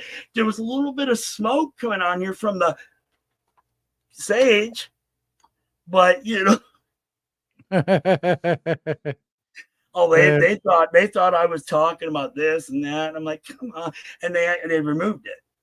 They removed. I've got banned before on Facebook because somebody thought I was talking about something else and they wasn't really listening. I don't know. Maybe they had too many rum and cokes or something. And, you know, I don't know what show they thought they were watching, but they got me banned for no reason. And it was stupid. They took the violation right away. Right. I do things different on Facebook and YouTube than I do TikTok because I'm in Massachusetts. And it's, you know, legalities. Right. But I'm hoping maybe one day the United States will finally figure it out. These states that have it going, they're making a lot of money. Right. And honestly, if they didn't charge such high tax and stuff like that on it, that it wouldn't be so bad. But I mean, it's a little ridiculous, but they're all starting to come down. Like, I heard at one point in Colorado, you couldn't even move. Couldn't even move to Colorado because everybody wanted to go out there and open shops. And they said, nope, you ain't coming to our state no more. And that was it. They put a lockout. And I mean, people were running, you know, for the stuff or whatever. But, you know, to me, I look at it like this. You either like it or you don't. You either hit the green thumb or the red down thumb. It's not, you know what I mean? It's not difficult. If you don't like something, just walk by. If they're not bothering you, who cares? Right. You know, but everybody's always trying to make something out of nothing. And it's bad. Do you do a lot of like card readings and stuff like that when you do your shows? Or I kind of probably surprised a lot of people recently with the way I've been with what all happened. And it kind of, I had time to clear my mind up and get things, because I had a pretty bad concussion when that happened down there in North Carolina. And I was reading ruins for a while and I moved. And I seem to have lost them. So I'm going to have to get me some more or make some more. Mine were made out of amethyst, the ruins. Yeah. And I do pendulums. I do tarot cards. I do past life type of things or work with that. Energy healings, darkness removal, and entity removal. With what else would I say? Cleansing a home. I do pretty much everything except certain black magics that I won't do. And if I am going to do something, I'm going to have myself protected. And like I said, it will come back on the person casting the spell, the intended one, or the intentions of that one. Yeah, that makes Other sense. than that, it's, you know, if you guys were out somewhere, like say when you guys were at your book signing, right? Mm-hmm. If you have somebody that's nice coming up to you and they're happy to see you, and isn't it so much better than somebody saying, oh, I didn't like you on this show, or I didn't like what you said, or you didn't do this, or you should dress this way. A witch doesn't wear black all the time. And you know what I mean? We're just like normal people, except some of us have tattoos and look whatever, you know, they might play it out more. You go to Salem, it's like you can say, if you go to Salem, it's kind of like watching the people that you know just got dressed just to go to Salem. Right. You know what I mean? Yes. You get that. That's what they say. And you know, and the people are bringing their kids there. Right. And you got so many mixture of people from good to bad to whatever there. It can affect the whole place, people being there. Yep. I mean, if you're at an event or something and something major happens, that's going to wake you up about ever going to an event again. Right. Yeah. Right. Yeah. So far, knock on wood, we've never had a negative experience at any of the events. But now, we get those all the time in emails. We get all the negative emails. We get those, don't we, Jason? Yeah, not exactly emails, but comments. I don't think that last one was an email. Oh, was it? From that lady in Britain. Yeah. I had somebody contact me one time and on a live, and I was channeling into trying to get the persons that I was working with and working with energies and getting mine, to where I could find out what's going on from my ancestors, my spirit guides and theirs, and listening and seeing and see if I could pick up on what was going on. That's how I do the cards. I could be shuffling multiple different decks and cutting them and whatever, but when it comes down, all of a sudden it will be like, stop, that's the card. Or that's the card. Or that's, you know what I mean? It's like somebody saying, tap, there goes that card flying. Mm-hmm. You see that sometimes with people. So it'll be like this, and all of a sudden the card will go flying. That's the card, or, you see signs. And I'm sure you guys see a lot of signs too. And people are just, they either believe or they don't, and they think that you're going to burn in hell or Hades or I don't know. And because you're doing this kind of stuff, people have called me stuff and be like, man, you crazy. I'm like, yeah, I probably am a little bit, but at least I do it. You won't. Or something, somebody's got to do the job, do whatever it may be. Right? Because if everybody's afraid to do it, we're screwed. Yep. In a simple way. If everybody's afraid to ask the questions too. I mean, it's just what would happen if like say, what would happen if, let's say, the Catholic priest back at the time when they were doing all these exorcisms, what happened if all of a sudden one day they said, nope, we're not going to do it unless you pay us X amount of money or something, or la la la, or nothing, or you know what I mean? What would happen to the world with all the stuff that's going on right now around us and people being in haunted houses or something like that? What would happen if suddenly one day no one had a rope to grab to whenever there's an issue like that? Right. What are they going to do? Huh. Move? Right. Oh, I don't make enough money. I can't move. Right.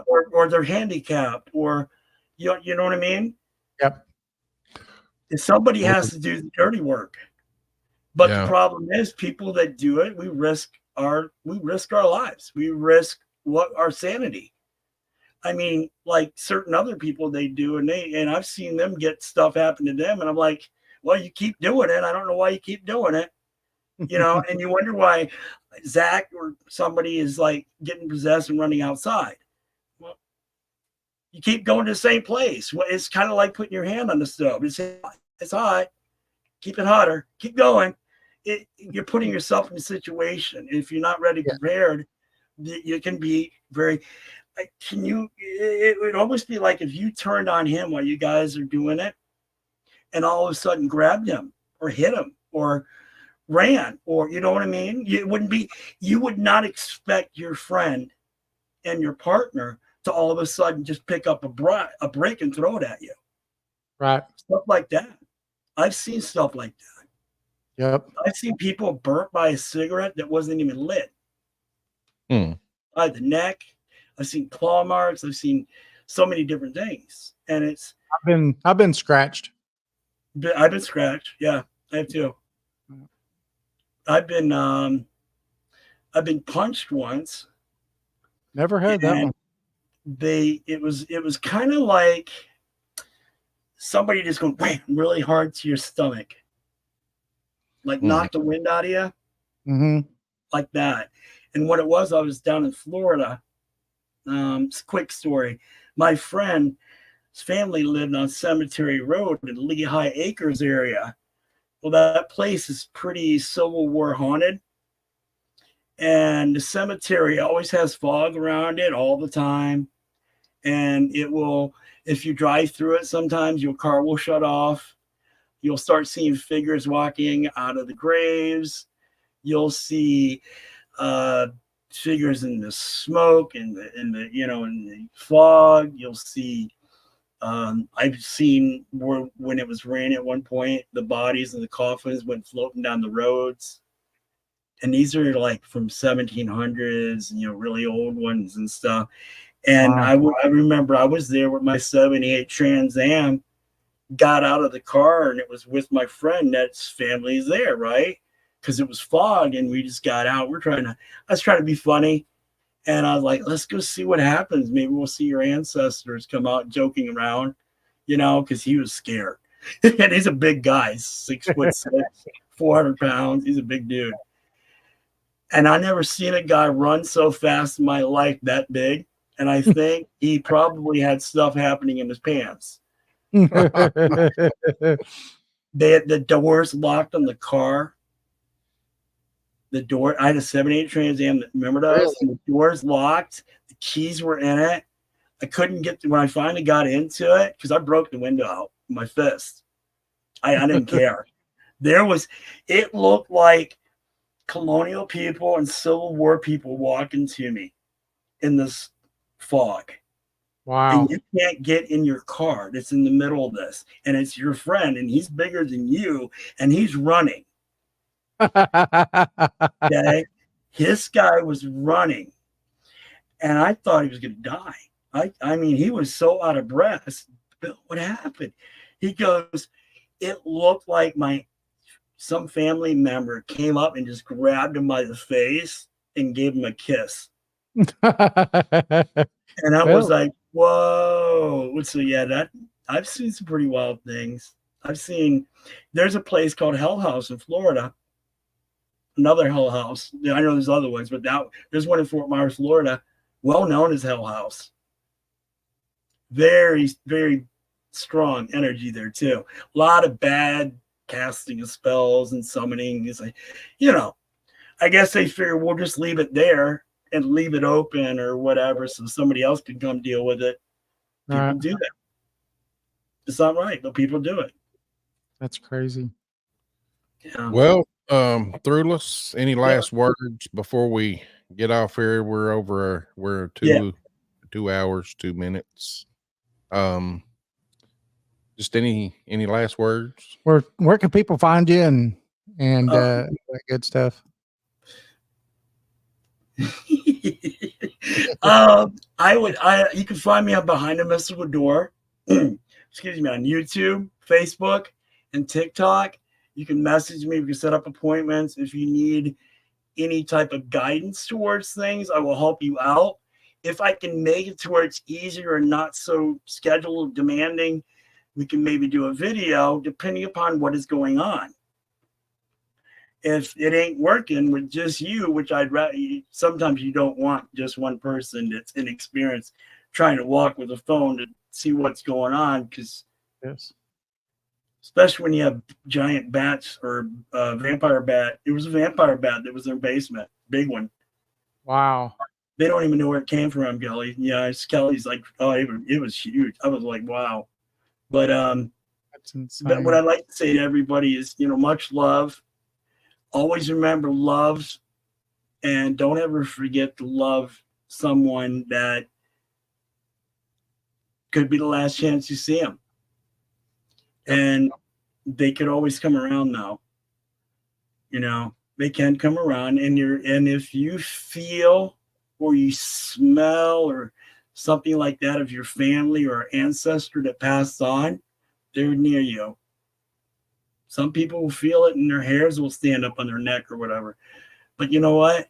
If they're not harming you and you can't see them, it's not that bad. It may be somebody attaching or holding on to you because they want help. And maybe you are the only one that they can talk to.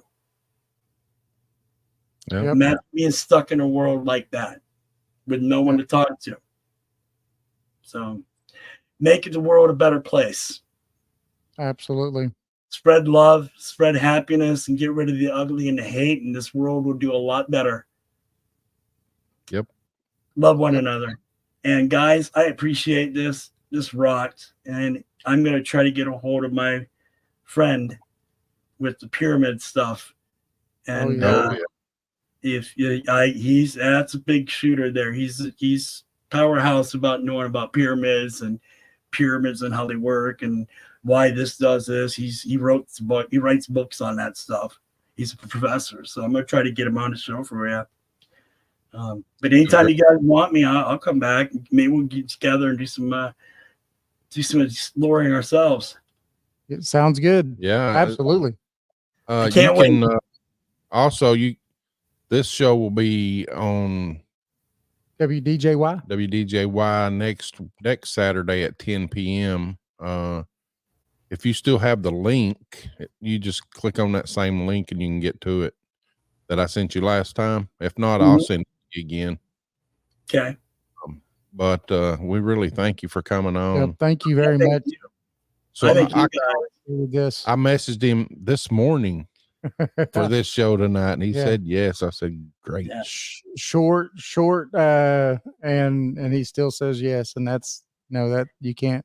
Not everybody does that, so. A lot of people with their clients and stuff. Yeah, it can be hard, and people calling and stuff. But it's the ultimate thing is, to me, is knowledge is power. Yes, sir. Absolutely. Get it out there, and in that way, people don't get hurt. They don't open something that they can't close. Right. Well, I think this talk tonight makes that when we do our investigations 101 type class or whatever it is that we're going to do, that talk that we're going to do at the library, I think that what he just said is something that we need to talk about, and that's properly doing it and making sure that if anything was open during that time that you close it. I used to be a safety manager doing very dangerous work and nuclear and explosive stuff and all that. What I want to tell you is, you guys are making the future paranormal people. Maybe the ones who make the new equipment that can do something different. It's spreading the word and spreading your guys' wisdom and knowledge, and safety is first. Safety is always first. Absolutely. Absolutely. Yeah. All right. I appreciate it, guys. Thank you. Good night. And it was a great show. Yeah, thank you. Thanks, guys. I'll be bound again if you ever want. I got plenty of other things to talk about, so I appreciate it. There'll be many, many more times, I hope. Yes. Maybe I'll do readings next time. Oh, maybe we can. Hold on one second. If you want to do readings, I could tell you what we could do. We could try to set it up at least a month in advance, or at least a few weeks in advance. We've got phone lines we could open up, and they could talk straight to you. I would love to take questions from people, because I have no problem doing that. And if I don't know something, I'm not going to act like I do. I'm just going to let me explore it. Let me research it. If it's something I don't know, it's like all of us. We're all humans. Absolutely. So I would contact me or whatever, get a booking or something. That's fine too. Yeah. Awesome. Okay. Thanks, guys. I can't remember. I'm sorry, Jason. Thank you. Thank you. Y'all have a good night. Thank you. Thank you. All right. That was Thrullas Draconis Hannas. I like that name. I do too. And I want to thank everybody that was in the chat room. Yeah, it was a great chat room. Great chat room. All of y'all were awesome. And thanks, because again, you could do a million of these shows, but without all of y'all listening and stuff like that, we're not getting the message that we're trying to send out. So I want to say thanks. Oh yeah. Oh man. You want to tell everybody one more time, Jason, where they could see us, where they could find us? Oh, we're going to do that one again? Yeah, might as well. So September 21st, we'll be at the Scream Chamber for Scream Fest in Athens, Tennessee. October 12th, we will be at Dead Man's Farm for the Dead Man's Market starting at 6 p.m. October 19th, don't miss the Upper Cumberland Bigfoot Festival in Crossville. We'll be there. Bells on. With bells on. Ding, ding, ding. Also, new on the agenda, as of today, we will be at Misfits and Mayhem at 2 p.m. in historic downtown Loudon. That's October 26th. So mark your calendars and get ready for a frightful good time. Oh, yeah. We want to thank everybody. All right. Everybody have a good night. Have a good weekend. Yes. And thanks everybody for the awesome show and for being part of it. Yeah. Thank you.